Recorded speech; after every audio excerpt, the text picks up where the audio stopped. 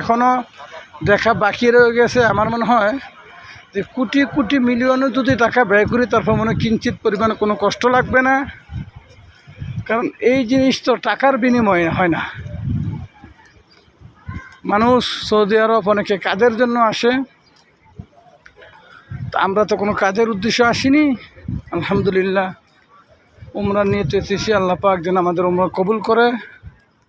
এত সুন্দর জিনিস আসলে ভাষায় প্রকাশ করতে পারতেছি না, আমার এত আনন্দ লাগতেছে, এত সুন্দর।